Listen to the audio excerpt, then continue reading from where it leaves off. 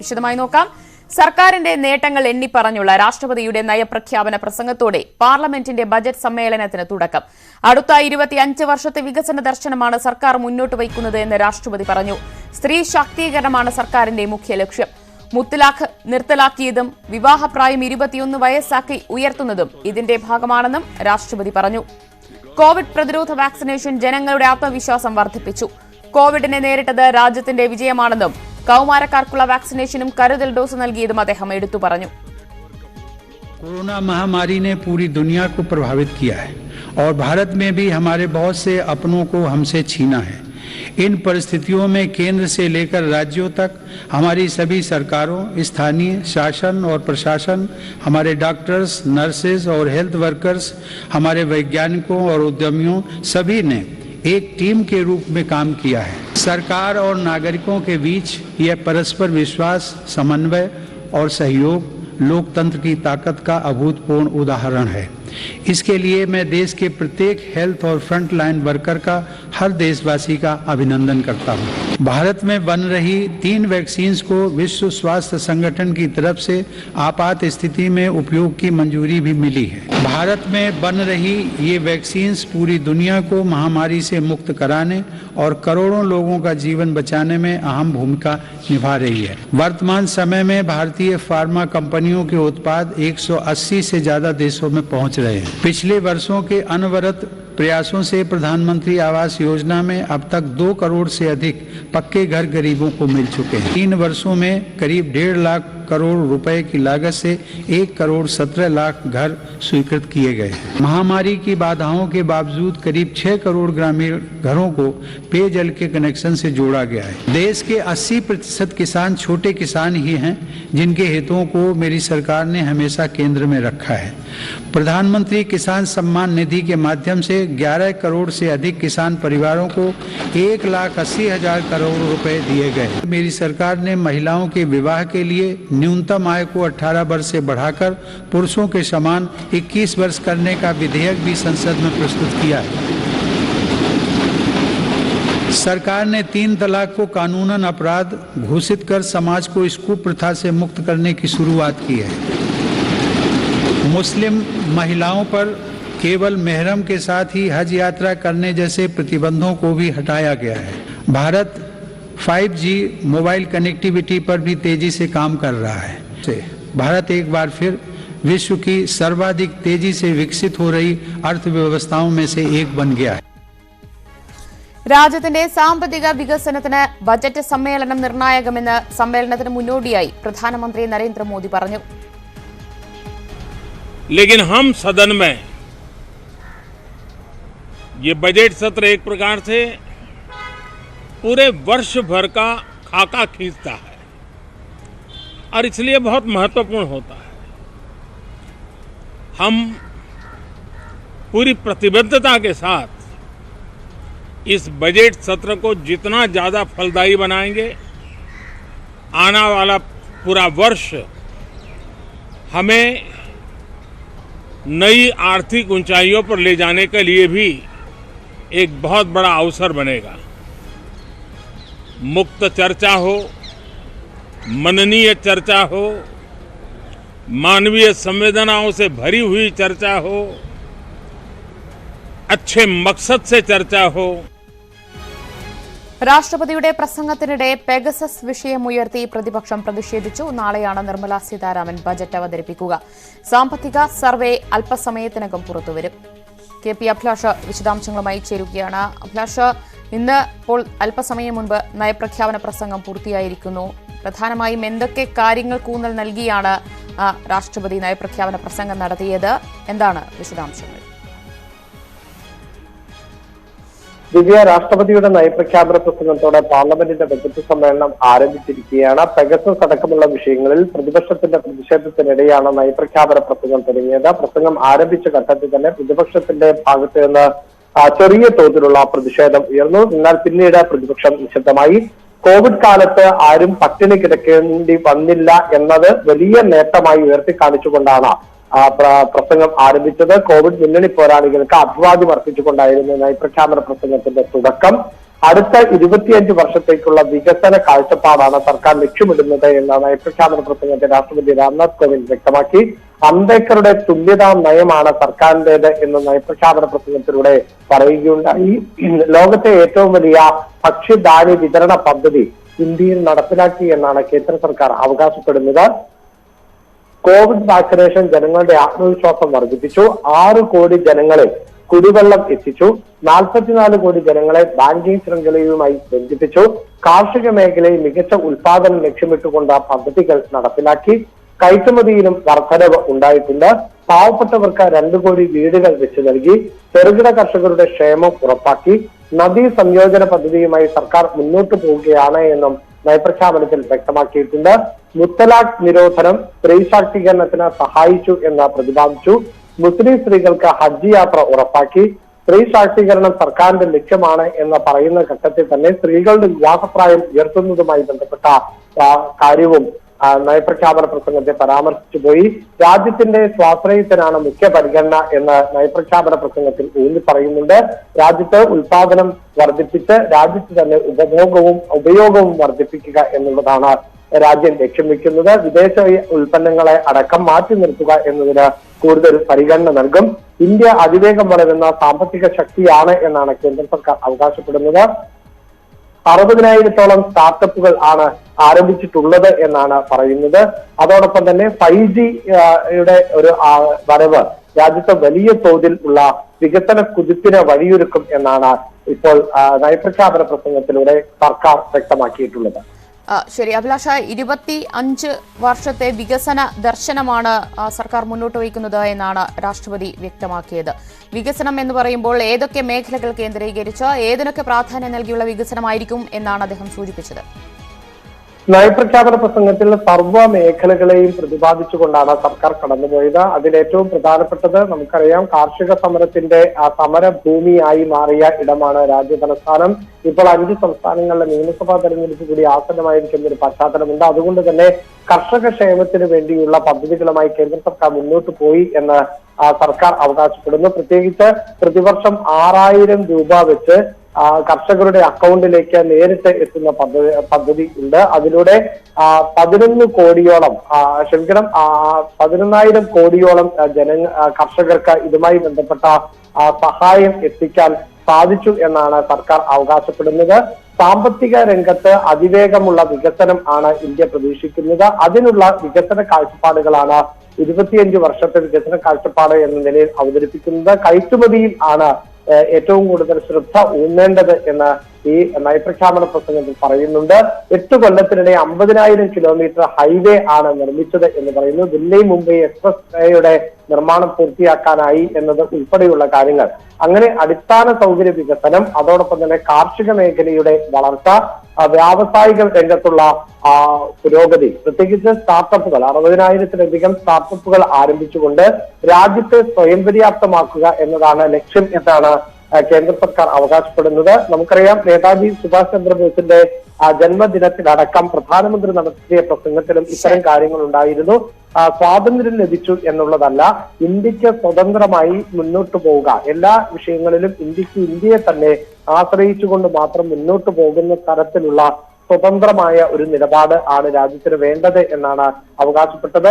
അതിനുള്ള നീക്കം ആണ് സർക്കാരിന്റെ ഭാഗത്ത് നിന്ന് ഉണ്ടാകുന്നത് എന്നാണ് ഈ നയപ്രഖ്യാപന പ്രസംഗത്തിലൂടെ വ്യക്തമാക്കിയത്. നാളെയാണ് ബജറ്റ് അവതരണം നടക്കുന്നത്. അതിന് മുന്നോടിയായുള്ള രാഷ്ട്രപതിയുടെ നയപ്രഖ്യാപന പ്രസംഗമാണ് അല്പസമയം മുൻപ് പൂർത്തിയായത്. സർക്കാരിന്റെ നേട്ടങ്ങൾ എണ്ണിപ്പറഞ്ഞുകൊണ്ടുള്ള നയപ്രഖ്യാപന പ്രസംഗമായിരുന്നു രാഷ്ട്രപതി അവതരിപ്പിച്ചത്. വിശദാംശങ്ങളാണ് KP അഭിലാഷ് നൽകിയത്. മറ്റു വാർത്തയിലേക്ക്. വധശ്രമ ഗൂഢാലോചന കേസിലെ നിർണായക തെളിവായ മൊബൈൽ ഫോണുകൾ ദിലീപും കൂട്ടുപ്രതികളും ഹൈക്കോടതിക്ക് കൈമാറി. സീല് ചെയ്ത പെട്ടിയിലാണ് ഫോണുകൾ ഹൈക്കോടതി രജിസ്ട്രാർക്ക് കൈമാറിയത്. ദിലീപ്, സഹോദരൻ അനൂപ്, സഹോദരി ഭർത്താവ് സുരാജ് എന്നിവരുടെ 6 ഫോണുകളാണ് കൈമാറിയത്. ക്രൈംബ്രാഞ്ച് നിർണായകമെന്ന് പറഞ്ഞ് ദിലീപിന്റെ 4ാമത്തെ ഫോൺ ഹാജരാക്കിയിട്ടില്ല. വധശ്രമ ഗൂഢാലോചന കേസിൽ ദിലീപിന്റെ മുൻകൂർ ജാമ്യാപേക്ഷ ഉച്ചയ്ക്ക് 1:45 കോടതി പരിഗണിക്കും. ജാമ്യാപേക്ഷയെ ക്രൈംബ്രാഞ്ച് എതിർക്കും. വിവരങ്ങളുമായി MS അനീഷ് കുമാറാണ് ചേരുന്നത്. അനീഷ, 6 ഫോണുകൾ അത് ഹൈക്കോടതി രജിസ്ട്രാർക്ക് നൽകിയിരിക്കുകയാണ്. ഇവർ അഭിഭാഷകൻ മുഖേന ഹൈക്കോടതിയിൽ ഈ ഫോണുകൾ സമർപ്പിക്കുകയാണ് ഉണ്ടായത്. എന്താണ് സംഭവിച്ചത്? കഴിഞ്ഞ ദിവസമാണ് ഹൈക്കോടതിയെ സംബന്ധിച്ച ഉത്തരവ് പുറപ്പെടുവിച്ചിരുന്നത്. ദിലീപിന്റെ ഫോണുകൾ ഹൈക്കോടതി രജിസ്ട്രാർക്ക് മുമ്പാകെ മുദ്രവെച്ച കവറിൽ സമർപ്പിക്കണമെന്ന്. ഇതനുസരിച്ച് തന്നെയാണ് 10 മണി കഴിഞ്ഞ സമയത്ത് ദിലീപിന്റെ അഭിഭാഷകൻ കോടതിയിലെത്തുകയും ആ ഫോണുകൾ നൽകുകയും ചെയ്തത്. എന്നാൽ 6 ഫോണുകൾ മാത്രമല്ല വേണ്ടത് എന്ന നിലപാടിലാണ് പ്രോസിക്യൂഷൻ ഉറച്ചു നിൽക്കുന്നത്. 7 ഫോണുകൾ വേണം. ദിലീപ് 3 ഫോണുകൾക്ക് പുറമെ മറ്റൊരു ഫോൺ കൂടി ഉപയോഗിച്ചിരുന്നു എന്നാണ് ക്രൈംബ്രാഞ്ച് വ്യക്തമാക്കുന്നത്. ഇത് സഹായിയുടെ ഫോണായാണ് ഉപയോഗിച്ചിരുന്നത്. ഈ ഫോണിൽ നിന്നാണ് മറ്റ് ആളുകളെയും മറ്റുമൊക്കെ ദിലീപ് പതിവായി വിളിച്ചുകൊണ്ടിരുന്നതെന്നും വ്യക്തമാക്കുന്നു. അതുകൊണ്ട് ഈ ഫോൺ നൽകുന്നതിനുള്ള ഒരു പ്രത്യേക ആവശ്യവും ഇന്ന് കോടതിയിൽ അന്വേഷണ സംഘം ഉന്നയിക്കും. ഉച്ചയ്ക്ക് 1:45 ഈ ഉപഹർജിയുമായി ബന്ധപ്പെട്ട വാദങ്ങൾ ഉയരുക. എന്തായാലും ദിലീപ് ഫോണുകൾ സമർപ്പിച്ചിരിക്കുന്ന സാഹചര്യത്തിൽ ഈ ഫോണുകൾ പരിശോധന നടത്തേണ്ടത് എങ്ങനെയാണ്, ഏത് ഏജൻസിയാണ് ഫോണുകൾ പരിശോധന നടത്തേണ്ടത് എന്ന് സംബന്ധിച്ച ഉത്തരവ് ഉച്ചകഴിഞ്ഞ് കോടതി ഇറക്കിയേക്കും. നേരത്തെ തന്നെ 5 ഏജൻസികൾ ഈ പരിശോധനയ്ക്ക് പര്യാപ്തമായ ഏജൻസികളുണ്ട്. അവയിൽ ഒന്നിനെ ദിലീപിന് നിർദ്ദേശിക്കാമെന്ന് പറഞ്ഞപ്പോൾ സർക്കാർ അഭിഭാഷകൻ എതിർപ്പുമായി രംഗത്തെത്തിയിരുന്നു. പരിശോധനാ വിവരം പ്രതിയല്ല തീരുമാനിക്കേണ്ടത്, അങ്ങനെ തീരുമാനിച്ചാൽ അത് സമൂഹത്തിന് തെറ്റായ സന്ദേശമാണ് നൽകുക എന്നും കോടതിയിൽ വ്യക്തമാക്കിയിരുന്നു. അതുകൊണ്ട് ഇക്കാര്യത്തിൽ ഒരു വാദം കേൾക്കൽ അല്ലെങ്കിൽ ഈ സംബന്ധിച്ചൊരു ഉത്തരവ് ഉച്ചതിരിഞ്ഞുണ്ടാവും. അനീഷ, ഇതിൽ ഇപ്പോൾ ജാമ്യാപേക്ഷ വരുമ്പോൾ ഒട്ടേറെ കാര്യങ്ങൾ കോടതിയുടെ പരിഗണനയ്ക്ക് വരുന്നുണ്ട്. അത് ഒന്ന് ഈ ഫോണുകൾ സംബന്ധിച്ചുള്ളതാണ്. അതിന് എന്ത് ചെയ്യണം, ഏത് ഏജൻസിക്ക് വിട്ടു നൽകണം എന്ന കാര്യത്തിൽ. പിന്നീടുള്ളത് ഈ ജാമ്യാപേക്ഷയെ തീർച്ചയായും ക്രൈംബ്രാഞ്ച് എതിർക്കുന്നുണ്ട്, പ്രോസിക്യൂഷൻ എതിർക്കുന്നുണ്ട്. അതിലുള്ള വാദങ്ങൾ നടക്കും. മറ്റൊന്നുള്ളത് ഈ 4ാമത്തെ ഫോൺ സംബന്ധിച്ച കാര്യമാണ്. അത് എന്തുകൊണ്ട് ഹാജരാക്കുന്നില്ല, അതുമായുള്ള തുടർ കാര്യങ്ങളും വാദപ്രതിവാദങ്ങൾ നടക്കും. അതുകൊണ്ട് ജാമ്യാപേക്ഷ ഇനി 1:45 പരിഗണിക്കുമ്പോൾ ഇതിന്മേൽ ഒരു വിശദമായ വാദപ്രതിവാദങ്ങൾ തന്നെ കോടതിയിൽ പ്രതീക്ഷിക്കാമോ? തീർച്ചയായും ഉണ്ടാവും. കാരണം ഇപ്പോൾ തന്നെ തെളിവ് നശിപ്പിക്കാനുള്ള നീക്കങ്ങളാണ് പ്രതിഭാഗത്തിന്റെ ഭാഗത്തുനിന്നും അല്ലെങ്കിൽ പ്രതികളുടെ ഭാഗത്തുനിന്നും ഉണ്ടാവുന്നത് എന്നാണ് പ്രോസിക്യൂഷൻ പറയുന്നത്. അതുകൊണ്ട് അടിയന്തരമായി ജാമ്യം റദ്ദാക്കി പ്രതിയെ കസ്റ്റഡിയിൽ വിടാനുള്ള അനുമതി ഉണ്ടാവണം. ശരി, MS അനീഷ് കുമാറാണ് കൊച്ചിയിൽ നിന്ന് വിവരങ്ങൾ നൽകിയത്. 1:45 ദിലീപിന്റെ മുൻകൂർ ജാമ്യാപേക്ഷ പരിഗണിക്കുന്നത്. വൈദ്യുതി നിരക്ക് വർധനയ്ക്ക് വഴിയൊരുങ്ങുന്നു. നിരക്ക് വർധന അനിവാര്യമെന്ന് വൈദ്യുതി മന്ത്രി കെ കൃഷ്ണൻകുട്ടി ന്യൂസ് 18നോട്. നിരക്ക് കൂട്ടാതെ KSEBിക്ക് പിടിച്ചു നിൽക്കാനാകില്ല. ജീവനക്കാർക്ക് ശമ്പളം നൽകാൻ പോലും പണമില്ലാത്ത അവസ്ഥയുണ്ട്. മുഖ്യമന്ത്രി തിരിച്ചെത്തിയ ശേഷം കൂടിയാലോചിച്ച് തീരുമാനമെടുക്കുമെന്ന് മന്ത്രി പാലക്കാട് ന്യൂസ് 18നോട് പറഞ്ഞു. സംസ്ഥാനത്ത് വൈദ്യുതി ചാർജ് വർധന അനിവാര്യമാണ് എന്നതാണ് ബോർഡ് വ്യക്തമാക്കുന്നത്. അടുത്ത 5 വർഷം കൊണ്ട് ₹2.30 വർദ്ധിപ്പിക്കണമെന്നൊരു ശുപാർശ വൈദ്യുതി റെഗുലേറ്ററി കമ്മീഷന് നൽകാനിരിക്കുന്നു. നമ്മളോടൊപ്പം വൈദ്യുതി മന്ത്രി ചേരുകയാണ്. വലിയ ആവശ്യമാണോ, അതായത് അത്രത്തോളം ആവശ്യമാണോ? തീരുമാനത്തിൽ ബോർഡ് അവരുടെ നിലനിൽപ്പിനെ നോക്കിയിട്ടാണ് അങ്ങനെ ഒരു നിർദ്ദേശം വെച്ചെടുക്കുക. അവരുടെ ചെലവും വരുമാനവും തമ്മിലുള്ള ഇതൊക്കെ നോക്കിയിട്ടാണ് അങ്ങനെ ഒരു തീരുമാനം എടുത്തിരിക്കുന്നത്. ഗവൺമെൻറ് തലത്തിൽ അതിനെക്കുറിച്ച് ഒരുപാട് ആലോചിക്കാനുണ്ട്. ഇനി അത് എങ്ങനെയൊക്കെ നമുക്ക് ചെലവ് ചുരുക്കിക്കൊണ്ടുവരാൻ പറ്റും. ചെലവ് ചുരുക്കിയാലല്ലേ നമുക്ക് ചാർജ് വർദ്ധിപ്പിക്കാൻ പറ്റുക. അങ്ങനെയൊക്കെ അങ്ങനെയുള്ള നിർദ്ദേശങ്ങളൊക്കെ സമർപ്പിക്കാൻ വേണ്ടി പറഞ്ഞിട്ടുണ്ട്. ഏതൊക്കെ ചുരുങ്ങിയ ചെലവിൽ ഇലക്ട്രിസിറ്റി ഉണ്ടാക്കാൻ പറ്റും, അതേപോലെ നമുക്ക് റീസ്ട്രക്ചർ നടത്തിയാൽ എത്ര ചെലവ് ചുരുക്കാൻ പറ്റും, ഇതൊക്കെ യൂണിയൻകാരുമായിട്ടൊക്കെ ചർച്ച ചെയ്തിട്ട് വേണം തീരുമാനിക്കാൻ. ആഗ്രഹം ഉണ്ടായിട്ടല്ല, നിവൃത്തിയില്ലാതെ വന്നാൽ മാത്രമേ വർധനവ് ഉണ്ടാവുള്ളൂ. അതായത് വർധനവില്ലാതെ മുന്നോട്ട് പോകാൻ കഴിയുന്ന ഒരു സാഹചര്യം ആണ് അവരുടെ ബോർഡിൻ്റെ ഭാഗത്തുനിന്നുള്ള തീരുമാനം. ഇത് നയപരമായ തീരുമാനം എടുക്കേണ്ടത് ഗവൺമെൻറ്റാണ്. റെഗുലേറ്ററി കമ്മീഷനിൽ ഗവൺമെൻറ് അഭിപ്രായം പറയേണ്ടത്. അത് ഞങ്ങൾ എല്ലാവരും കൂടി ആലോചിച്ചിട്ട്. ഏറ്റവും കൂടുതൽ പ്രതിസന്ധി നേരിടുന്നത് ഏത് മേഖലയിൽ, അതായത് ശമ്പളം കൊടുക്കുന്നതിലാണോ അല്ലെങ്കിൽ എല്ലായിട്ടുണ്ട്. ഇപ്പോൾ പീക്ക് അവറിൽ ഇലക്ട്രിസിറ്റി നമ്മൾ മേടിക്കുന്നു, ₹20 വരെ മേടിച്ചിട്ടുണ്ട്. 1 വർഷം കൊണ്ട് യൂണിറ്റിന് ₹1 കൂട്ടാനാണ് വൈദ്യുതി ബോർഡ് റെഗുലേറ്ററി കമ്മീഷനോട് ശുപാർശ ചെയ്തിരിക്കുന്നത്. അപേക്ഷ ഇന്ന് റെഗുലേറ്ററി കമ്മീഷന് സമർപ്പിക്കും. സുപ്രീം കോടതി മുൻ ജസ്റ്റിസും കേരള ലോകായുക്തയുമായ ജസ്റ്റിസ് സിറിയക് ജോസഫിനെതിരായ KT ജലീലിന്റെ അഭിപ്രായങ്ങൾ തള്ളി CPI സംസ്ഥാന സെക്രട്ടറി കാനം രാജേന്ദ്രൻ. ലോകായുക്തക്കെതിരെ CPI ഇത്തരമൊരു ആരോപണം ചർച്ച ചെയ്തിട്ടില്ലെന്നും ജലീൽ ഒരു പ്രസ്ഥാനത്തിന്റെയും ഭാഗമല്ലെന്നും കാനം തിരുവനന്തപുരത്ത് പറഞ്ഞു. അങ്ങനെ അതൊരു വ്യക്തിയുടെ അഭിപ്രായമാണ്. ജലീൽ ഒരു പ്രസ്ഥാനമല്ലല്ലോ, ഒരു വ്യക്തിയുടെ അഭിപ്രായമാണ്. അദ്ദേഹത്തിൻ്റെ അനുഭവത്തിൽ നിന്ന് പറഞ്ഞതായിരിക്കും. അതിനെക്കുറിച്ച് ഇപ്പം നമ്മൾ പ്രതികരിക്കേണ്ട കാര്യമൊന്നും. സിറിയക് ജോസഫിനെതിരെ വിമർശനവുമായി വീണ്ടും KT ജലീൽ രംഗത്തെത്തി. തനിക്കെതിരായ കേസിൽ വെളിച്ചത്തേക്കാൾ വേഗതയിൽ വിധി പറഞ്ഞു. കേസ് ഫയലിൽ സ്വീകരിച്ച 12 ദിവസത്തിനുള്ളിൽ തന്റെ വാദം പോലും കേൾക്കാതെയാണ് വിധി പറഞ്ഞത്. അഭയ കേസ് അട്ടിമറിക്കാൻ ശ്രമിച്ച മഹാൻ സുപ്രീം കോടതിയിൽ 3.5 കൊല്ലത്തിനുള്ളിൽ 6 വിധി മാത്രമാണ് പറഞ്ഞത് എന്നും ജലീൽ വിമർശിക്കുന്നു. TJ സജിത്താണ് ചേരുന്നത്. സജിത്ത്, ലോകായുക്തയായ ജസ്റ്റിസ് സിറിയക് ജോസഫിനെതിരെ ശക്തമായ വിമർശനം, എതിർപ്പാണ് KT ജലീൽ FB പോസ്റ്റിൽ പറഞ്ഞത്. പക്ഷേ ഇതിനെയെല്ലാം കാനം രാജേന്ദ്രൻ തള്ളുകയാണ് ചെയ്യുന്നത്. എന്താണ് വിശദാംശങ്ങൾ? ഈ വിവാദം വീണ്ടും ആളിക്കത്തുകയാണോ? ഇന്നലെയാണ് KT ജലീൽ ജസ്റ്റിസ് സിറിയക് ജോസഫിനെതിരെ ഇത്തരത്തിലൊരു നീക്കം നടത്തിയത്. ഇന്ന് അദ്ദേഹം നിലപാടിൽ ആവർത്തിക്കുകയും ചെയ്യുന്നു. ജലീൽ വീണ്ടും വിമർശനങ്ങൾ ഉന്നയിക്കുന്നു. പക്ഷേ ഈ വിഷയത്തിൽ ഇടതു നേതൃത്വം പൊതുവിൽ സ്വീകരിച്ചിരിക്കുന്ന നിലപാട് ജലീലിനെ തള്ളുകയും കൊള്ളുകയുമില്ല എന്നൊരു നിലപാടാണ്. അതായത് ജലീലിന്റെ പ്രസ്താവന പൂർണ്ണമായി തള്ളിക്കളയുന്നില്ല, അത് പൂർണ്ണമായി നിരാകരിക്കുന്നില്ല. CPM നേതൃത്വത്തിന്റെ നിലപാട് ആ തരത്തിലാണ്. അതേസമയം ജലീലിന്റെ പ്രസ്താവന ഏറ്റെടുത്തുകൊണ്ട് തുടർ നീക്കങ്ങളിലേക്ക് കടക്കേണ്ടതുമില്ലെന്ന് CPM നേതൃത്വം തത്വത്തിൽ തീരുമാനമെടുത്തിട്ടുണ്ട്. പക്ഷേ ജലീൽ ഒരു പാർട്ടി മെമ്പർ അല്ല. സ്വാഭാവികമായി ജലീലിന് അദ്ദേഹത്തിന്റെ അനുഭവത്തിലുള്ള അഭിപ്രായങ്ങൾ പറയാമെന്ന് തന്നെയായിരിക്കാം ഈ വിഷയത്തിൽ CPM നേതൃത്വം സ്വീകരിക്കുന്ന നിലപാട്. സമാനമായ നിലപാട് തന്നെയാണ് CPI സ്വീകരിച്ചിരിക്കുന്നത്. കാനം രാജേന്ദ്രൻ അല്പസമയം മുമ്പ് പ്രതികരിച്ചതും അത് തന്നെയാണ്. അദ്ദേഹത്തിന്റെ അനുഭവത്തിൽ നിന്നാവും അദ്ദേഹം അക്കാര്യങ്ങൾ പറയുക. അദ്ദേഹം ഒരു പ്രസ്ഥാനത്തിന്റെ ഭാഗമല്ല, ഒരു സ്വതന്ത്ര വ്യക്തിയാണ്. അങ്ങനെയാണ് അഭിപ്രായം കാണേണ്ടത്. CPI വിഷയം ഇതുവരെ ചർച്ച ചെയ്തിട്ടില്ല, ആ തരത്തിൽ അഭിപ്രായം രൂപീകരിച്ചിട്ടില്ല എന്നും ഇക്കാര്യത്തിൽ കാനം രാജേന്ദ്രൻ നിലപാട് വ്യക്തമാക്കി. ശരി, TG സജിത്താണ് വിവരങ്ങൾ നൽകിയത്. കൈക്കൂലി കേസിൽ അന്വേഷണം പ്രഖ്യാപിക്കാൻ MG സർവകലാശാല സിൻഡിക്കേറ്റ് യോഗം തുടങ്ങി. മാർക്ക് ലിസ്റ്റിന് കോഴ വാങ്ങിയ സർവകലാശാല അസിസ്റ്റന്റ് CJLC-ക്കെതിരെ അന്വേഷണം നടത്തേണ്ട സമിതിയെ ഇനി യോഗം തീരുമാനിക്കും. സർട്ടിഫിക്കറ്റ് വിഷയത്തിൽ വ്യാപകമായ ക്രമക്കേട് നടന്നോ എന്ന കാര്യത്തിലടക്കം പരിശോധനയുണ്ടാകും. സിൻഡിക്കേറ്റ് യോഗം നടക്കുന്ന സ്ഥലത്തേക്ക് UDF ABVP പ്രവർത്തകർ പ്രതിഷേധ മാർച്ച് നടത്തി. വിദ്യാർത്ഥിയിൽ നിന്ന് ജീവനക്കാരി കൈക്കൂലി വാങ്ങിയ സംഭവത്തിൽ കർശനമായ നടപടിയെടുക്കാൻ ഉന്നത വിദ്യാഭ്യാസ സാമൂഹ്യ നീതി മന്ത്രി ഡോക്ടർ R ബിന്ദു ആവശ്യപ്പെട്ടു. കോഴിക്കോട് ചിൽഡ്രൻസ് ഹോമിലെ കുട്ടികളിൽ ഒരാളെ രക്ഷിതാക്കൾക്കൊപ്പം വിട്ടു. കുട്ടിയുടെ അമ്മയുടെ അപേക്ഷ പരിഗണിച്ചാണ് നടപടി. മറ്റു കുട്ടികളുടെ രക്ഷിതാക്കളുമായി ചർച്ച നടത്തുകയാണെന്ന് CWC ചെയർമാൻ PM തോമസ് പറഞ്ഞു. ഓരോ കുട്ടികളുടെയും പ്രശ്നങ്ങൾ വ്യത്യസ്തമായി പരിഗണിച്ച് തീരുമാനമെടുക്കുമെന്നും അദ്ദേഹം വ്യക്തമാക്കി. ഒരു കുട്ടികളെ രക്ഷിതാവ് ഏറ്റെടുത്തിട്ടുണ്ട്. അവരുടെ രക്ഷിതാക്കളോടൊപ്പം കുട്ടികളെ ചേർക്കാൻ കഴിയുന്നുണ്ടെങ്കിൽ അതിന് തന്നെയാണ് പ്രിഫറൻസ് കൊടുക്കേണ്ടത്. അത് തന്നെയാണ് ചെയ്യുക. ഇപ്പോൾ ഓരോ കേസും പ്രത്യേകം പരിശോധിച്ച് എല്ലാ വശങ്ങളും വിലയിരുത്തി തീരുമാനം എടുക്കുകയാണ് വേണ്ടത്. അതിൻ്റെ ഒരു പ്രോസസ്സിലാണ്. നമ്മൾ ആ കുട്ടികളായിട്ട് വിശദമായി സംസാരിച്ചിട്ടുണ്ടായിരുന്നല്ലോ. അപ്പോൾ കുട്ടികളെ വിശദമായി സംസാരിച്ചിട്ടുണ്ട്. അപ്പോൾ കുട്ടികളുടെ സംസാരിച്ച അടിസ്ഥാനത്തിൽ നമുക്ക് ഒരു കുട്ടികളുടെ ഒരു വ്യൂ എന്ന് നമ്മൾ അസസ് ചെയ്തിട്ടുണ്ട്. അതുകൂടി വെച്ചിട്ടാണ് നമ്മൾ തീരുമാനം എടുക്കുക. അതേ നമുക്ക് ഈ ഒരു ഘട്ടത്തിൽ പറയാൻ പറ്റുള്ളൂ.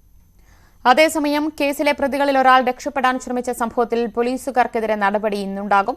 പെൺകുട്ടികളുടെ മൊഴി പ്രകാരമാണ് പോക്സോ കേസ് എടുത്തത് എന്നും യുവാക്കൾക്ക് പങ്കില്ലെന്ന് കുട്ടികളുടെ വെളിപ്പെടുത്തൽ അന്വേഷണ ഉദ്യോഗസ്ഥർ പരിശോധിക്കുമെന്നും കമ്മീഷണർ AV ജോർജ് പറഞ്ഞു. റിപ്പോർട്ട് കിട്ടി പരിശോധിച്ചിരിക്കുകയാണ്. ഉടൻ തന്നെ നടപടി ഉണ്ടാവും. നടപടി ഉണ്ടാവാനുള്ള സാധ്യതയുണ്ട്. അതിൽ പെൺകുട്ടികളുടെ സ്റ്റേറ്റ്മെന്റ് അടിസ്ഥാനത്തിലാണ് കേസെടുത്തിരിക്കുന്നത്. അതിപ്പം എന്താണ് മാറ്റി പറയാനുള്ള കാരണം എന്താണെന്ന് സംബന്ധിച്ചിട്ട് കൂടുതൽ പരിശോധിച്ചിട്ടേ പറയാൻ പറ്റുള്ളൂ. 164 പ്രധാനമാണ്. കുട്ടികളുടെ സ്റ്റേറ്റ്മെന്റ് ഉണ്ട്, അതിൻ്റെ അകത്ത് സാക്ഷികളുണ്ട്. അവരുടെ കയ്യിൽ നിന്ന് ഈ കുട്ടികളുടെ കയ്യിൽ നിന്ന് ബിയർ കുപ്പിയുടെ ഇത് കിട്ടിയിട്ടുണ്ട്. അതൊക്കെ അതിൻ്റെ അകത്ത് എവിഡൻസ് ആയിട്ട് വരുന്ന കാര്യങ്ങളാണ്. അതിൻ്റെ അനുസരിച്ച് മുമ്പോട്ട് പോകും.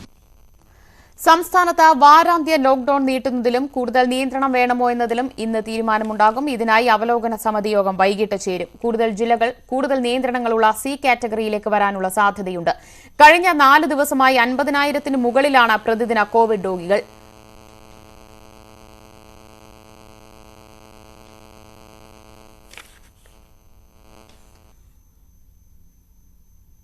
ബജറ്റിൽ എന്തൊക്കെ?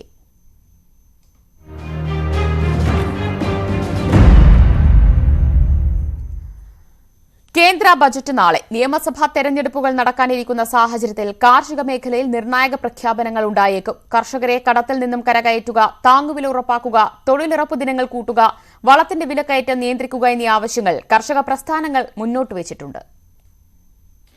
കടക്കണിയിലായ കർഷകരെ കരകയറ്റുന്നതിന് ആവശ്യമായ പ്രഖ്യാപനങ്ങൾ കേന്ദ്ര ബജറ്റിൽ ഉണ്ടാകണമെന്നാണ് കർഷക സംഘടനകൾ ആവശ്യപ്പെടുന്നത്. ഇതിനു പുറമെ നിരവധി ആവശ്യങ്ങളും കർഷക സംഘടനകൾ ഉന്നയിക്കുന്നുണ്ട്. അതിൽ ഏറ്റവും പ്രധാനം കാർഷികോൽപ്പന്നങ്ങളുടെ താങ്ങുവിലയാണ്. ഐതിഹാസിക സമരത്തിലും കർഷകർ മുന്നോട്ട് വെച്ച പ്രധാന ആവശ്യങ്ങളിൽ ഒന്നായിരുന്നു താങ്ങുവില ഉറപ്പിക്കണമെന്നത്. തൊഴിലുറപ്പ് പദ്ധതിയിലും പുതിയ പ്രഖ്യാപനങ്ങൾ വേണമെന്നും ആവശ്യം ശക്തമാണ്. തൊഴിലുറപ്പ് ദിനം 200 വർദ്ധിപ്പിക്കണമെന്നും മിനിമം വേതനം 600 രൂപയായി ഉയർത്തണമെന്നും കർഷക സംഘടനകൾ ആവശ്യപ്പെട്ടിട്ടുണ്ട്. ഇതിനു പുറമെ കർഷക പ്രസ്ഥാനങ്ങളുടെ പ്രധാനപ്പെട്ട മറ്റൊരു ആവശ്യം എന്നത് വളത്തിന്റെ വിലക്കയറ്റം നിയന്ത്രിക്കുക എന്നതാണ്. നിലവിൽ ഇരട്ടിയിൽ അധികമാണ് വിലവർധന. ഇത് തടയാനുള്ള നടപടികളും കർഷകർ പ്രതീക്ഷിക്കുന്നുണ്ട്. ന്യൂസ് 18 ഡൽഹി.